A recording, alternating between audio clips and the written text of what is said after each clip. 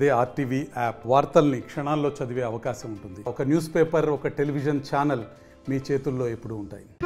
Municipal medical అధికారుల నిర్లక్ష్య వైఖరి నశించాలి. మెడికల్ హాస్పిటల్ విచారణ చేపట్టాలి. చనిపోయిన వారందరిపైన వెంట మెడికల్ హాస్పిటల్ వెంటనే వైఖరి. ప్రజల ప్రాణాలు తీస్తున్నా పట్టించుకున్నటువంటి మెడికల్ వెంటనే.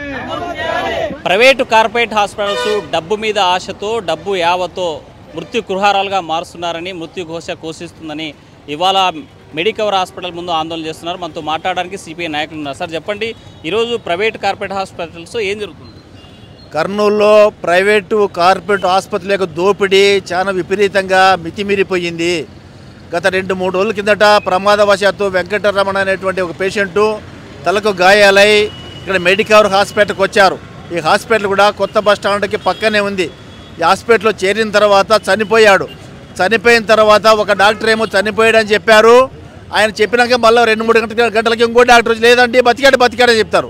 అంటే చనిపోయిన పేషెంట్ 2 గంటలకి ఎట్లా బతుకుతాడా?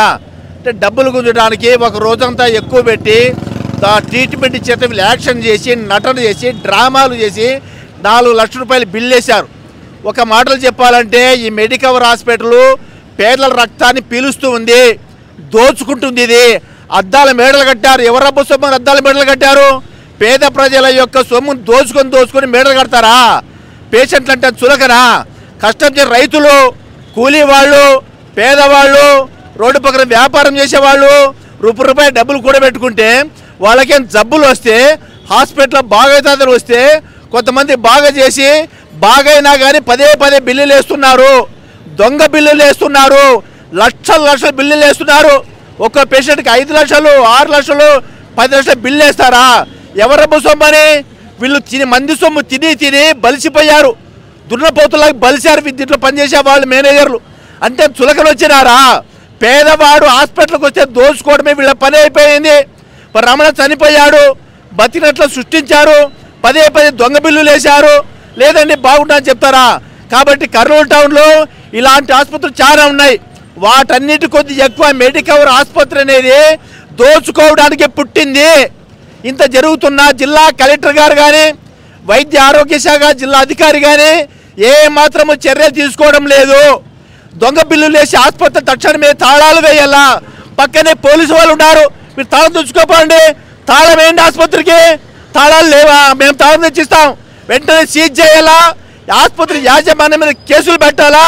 హాస్పిటల్ కర్నూలు టౌన్లో లేకుండా వెళ్ళగొట్టాలని మేము భారత కమ్యూనిస్ట్ పార్టీగా గట్టిగా ప్రభుత్వం డిమాండ్ చేస్తున్నాం. డబ్బు లేని నిరుపేదలకి ప్రభుత్వ హాస్పిటల్స్ ఉన్నాయి, కానీ ప్రైవేట్ హాస్పిటల్కి, కార్పొరేట్ హాస్పిటల్కి పోవాల్సిన అవసరం ఏంటి? అసలు ప్రభుత్వ హాస్పిటల్లో సరిగా చికిత్స ఉండదని, మంచాలు ఉండదని, సరిగా స్పందించరని, ట్రీట్మెంట్ సక్రమంగా ఉండదని, ఇక్కడే కాదు దేశమంతా కూడా గవర్నమెంట్ హాస్పిటల్ ఉన్న ప్రైవేట్ హాస్పిటల్ పుట్టుకొని వస్తున్నాయి. అర్థమైంది?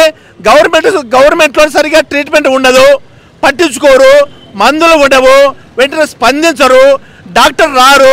కాబట్టి ప్రైవేట్ వాళ్ళ కాడికి వస్తారు. వాళ్ళు ఆపుతూ ఉంది, అది వాళ్ళ ఆతురత, వాళ్ళ ఆశ ప్రాణం మీద వస్తే దోచుకోవడమేనా? బీదోడు వస్తే అయిపోయి దోచుకోవడమేనా? తిక్కోని పెన్లో తిన్నోడే మనగాడు. ఈ గవర్నమెంట్లో తిన్నవాడే మనగాడు అవుతున్నాడంతా. తిక్కోని పెన్లాగా ఉంది. పాపం అమాయక జనాల్ని, అమాయక ప్రజల్ని పదే దోచుకుంటున్నారని తెలియజేస్తున్నాం. ఎప్పుడైనా ఈ ప్రభుత్వ హాస్పిటల్ జరుగుతుందని మీరు ప్రశ్నించారా? గవర్నమెంట్ హాస్పిటల్ కూడా గతంలో ఇలాంటి చాలా జరిగాయి.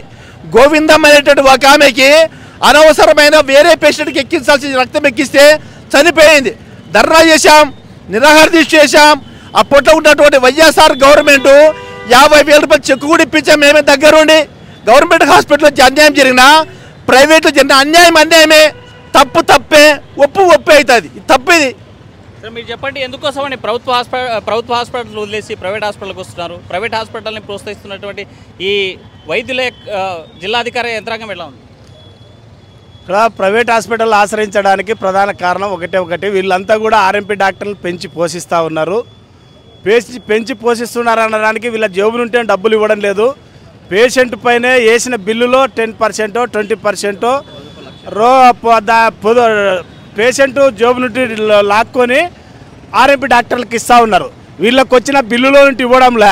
కాబట్టి ఆర్ఎంపీ డాక్టర్లు ఇమ్మీడియట్గా అక్కడ ఏదైనా పల్లెల్లో ఏదైనా జరిగితే గవర్నమెంట్ హాస్పిటల్ తీసిపోతే మీకు వైద్యం లేట్ అవుతుంది, పలానా హాస్పిటల్ పో అని చెప్పి వాళ్ళు ప్రోత్సహిస్తూ ఉన్నారు. ఏదో ప్రమాదం జరిగింది కదా అని చెప్పి వాళ్ళు కూడా ఆతృతతో ఎవరో మా ఊర్లో ఉన్న డాక్టర్ చెప్పాడు కదా అని చెప్పి పరిగెత్తుకుంటా కర్నూలు నగరంలో ఉన్నటువంటి మెడికవర్ హాస్పిటల్, కర్నూలు నగరంలో ఉన్నటువంటి అమీలి హాస్పిటల్, కర్నూలు నగరంలో ఉన్నటువంటి ఓమిని హాస్పిటల్ విపరీతంగా దోసుకుంటా ఉన్నారు ఆర్ఎంపీ డాక్టర్లను ప్రోత్సహించి. వీళ్ళపైన కిమ్స్ హాస్పిటల్ కూడా ఇదే పరిస్థితి. ఇట్లా కనీసం కర్నూలు నగరంలో అనేక రకాల హాస్పిటల్ దోసుకుంటున్నాయని చెప్పి అధికారులకు తెలుసు, పోలీసు వారికి కూడా తెలుసు, కానీ ఏమి కూడా పట్టనట్లుంటారు. అదే పోలీసు వాళ్ళు ఒకటే మేము విజ్ఞప్తి చేస్తా ఉన్నాం, ఎవడైనా కొట్టుకుంటే తీసుకుపోయి పోలీస్ స్టేషన్లో వేస్తూ ఉన్నావు, ఎవడైనా చంపితే తీసుకుపోయి పోలీస్ స్టేషన్లో వేస్తూ ఉన్నావు. మరి నిన్న సాక్షాత్తు డాక్టరే చంపాడు పేషెంట్ని, మరి పోలీసు వాళ్ళు ఎందుకు అరెస్ట్ చేయలేకున్నారు? మీకేమి దీంట్లో మీకున్నటువంటి ఒప్పందం ఏంది అని మీరు సందర్భంగా పోలీసు వాళ్ళని కూడా అడగాలి. ఎందుకు అడుగుతా ఉన్నాం? ఈరోజు ఎక్కడైనా ఏ లా అండ్ ఆర్డర్ ప్రాబ్లం వస్తే మీరే రక్షించాలా. అట్లాంటి వాళ్ళు ఈరోజు మనుషుల ప్రాణాలను చెలగాటమాడుతూ ఉంది. ఇప్పటికీ వందల సంఖ్యలో మెడికవర్ హాస్పిటల్ ఓపెన్ అయిన రోజు నుండి ఈ రోజు వరకు ప్రతి సంవత్సరం కూడా వందల సంఖ్యలో చనిపోతూ ఉన్నారు. వైద్యం అందక చనిపోతూ ఉన్నారు. వైద్యానికి డబ్బులు లక్షలు వసూలు చేసి వాళ్ళు అప్పులు కట్టుకోలేక చనిపోతూ ఉన్నారు. చివరి దశలో చనిపోతాడని తెలిస్తే డిశ్చార్జ్ చేస్తూ ఉన్నాడు. గతంలో ఉన్నటువంటి మేనేజర్ గారి దృష్టికి నేను అనేక రకాల సందర్భాల్లో మేము చెప్పాము, చనిపోయేటప్పుడు మీరు ఇప్పటిదాకా వాళ్ళ జేబులో ఉన్నటువంటి డబ్బులన్నీ లాక్కున్నారు, చనిపోయేటప్పుడు మరి మీరు ఎట్లా డిశ్చార్జ్ చేస్తారంటే లేదు చనిపోతాడు, మీరు హైదరాబాద్ కన్నా తీసుకెళ్ళండి, లేకుంటే గవర్నమెంట్ హాస్పిటల్ తీసుకెళ్ళండి అని చెప్తా ఉన్నారు. ఇట్లాంటి దుర్మార్గమైనటువంటి అంశాలు మెడికవర్ హాస్పిటల్లో జరుగుతూ ఉంది. ఇక్కడ ఇన్ఛార్జిగా ఉన్నటువంటి మహేశ్వర్ రెడ్డి చాలా అహంకారపూరితంగా, మహేశ్వర్ రెడ్డి అనేవాడు చాలా అహంకారపూరితంగా వ్యవహరిస్తూ ఉన్నాడు. ఇక్కడ ఉన్నటువంటి సూపర్వైజర్లు, మేనేజర్లు డాక్టర్లను భయప్రాంతులు చేస్తూ ఉన్నారు. డాక్టర్లు పొరపాటున ఏదైనా టెస్ట్ రాయకపోతే నీకు జీతం ఇచ్చేది లేదని చెప్పి జీతాలు డాక్టర్లకు ఆపుతా ఉన్నారు. ఇంత బెదిరించి ఇక్కడ ఉన్నటువంటి డాక్టర్లతోటి వైద్యాన్ని అందిస్తూ ఉన్నారు. సంపడమే పనిగా పెట్టుకుంది మెడికవర్ హాస్పిటల్, సంపడమే పనిగా పెట్టుకుంది కిమ్స్ హాస్పిటల్. ఇక్కడ కర్నూలు జిల్లా ఉన్న ప్రజానికాన్ని చంపడమే పనిగా పెట్టుకుంది ఓమ్ని హాస్పిటల్ అని చెప్పి అధికారులు ఏం చేస్తున్నారు? ఇంత జరుగుతూ ఉన్నా వీళ్ళందరూ కూడా చనిపోయి ఇట్లాంటి మన ధర్నా చేస్తే వాళ్ళ క్యాష్గా మారుతూ ఉంది. మెడికల్ డిఎంహెచ్ఓ గారికి కానీ, సంబంధిత అధికారులకు కానీ, పోలీసు వారికి కానీ క్యాష్గా మారుతూ ఉంది. ఇది తీవ్రంగా ఖండిస్తూ ఉన్నాం. ఇప్పుడు ఈ రోజు ఈ ధర్నా చేసి వదిలేస్తారనుకుంటే మెడికవర్ వాళ్ళ మూర్ఖత్వమే. రేపు మెడికల్ డిఎంహెచ్ఓ ఆఫీస్ కాడ ధర్నా చేస్తాం. మెడికవర్ హాస్పిటల్ పై జరుగుతున్న అవినీతి అక్రమాల పైన పాంప్లెట్ వేస్తాం. ఆ పాంప్లెట్ వేసి ప్రజానికాన్ని అంతా చైతన్యం చేసి మెడికవర్ హాస్పిటల్ సీజ్ చేసే వరకు, మెడికల్ యాజమాన్యం పైన మెడికవర్ హాస్పిటల్ యాజమాన్యం పైన క్రిమినల్ కేసు నమోదు చేసి అరెస్ట్ చేసే వరకు భారత కమ్యూనిస్ట్ పార్టీ సిపిఐగా ఖచ్చితంగా పోరాటం చేస్తామని చెప్పి సందర్భంగా మెడికవర్ హాస్పిటల్ యాజమాన్యానికి హెచ్చరిక తెలియజేస్తూ ముగిస్తా ఉన్నా. మొత్తంగా చూసుకుంటే మెడికవర్లో జరిగేటువంటి అక్రమాల మీద భవిష్యత్తులో కూడా ఉద్యమాలు చేపడతాం. మెడికవర్లే కాదు, కర్నూలు నగరంలో ఉన్నటువంటి ప్రైవేట్ హాస్పిటళ్ళు పేదవాడి యొక్క జేబులు దోచుకుంటున్నాయి. దానికి ఒత్తాసు పలుకుతున్నారు ఆ జిల్లా అధికార యంత్రాంగం. దీని మీద పెద్ద ఎత్తున పోరాటం చేస్తామని చెప్పేటువంటి పరిస్థితి. Video journalist Chandrasekhar, Hussain RTV, Kurnool. మరిన్ని వీడియోస్ కోసం ఛానల్ ని సబ్స్క్రైబ్ చేయండి. లేటెస్ట్ అప్డేట్స్ కోసం వాట్సాప్ ఛానల్ ని ఫాలో చేయండి. అండ్ లింక్ డిస్క్రిప్షన్ లో ఉంది.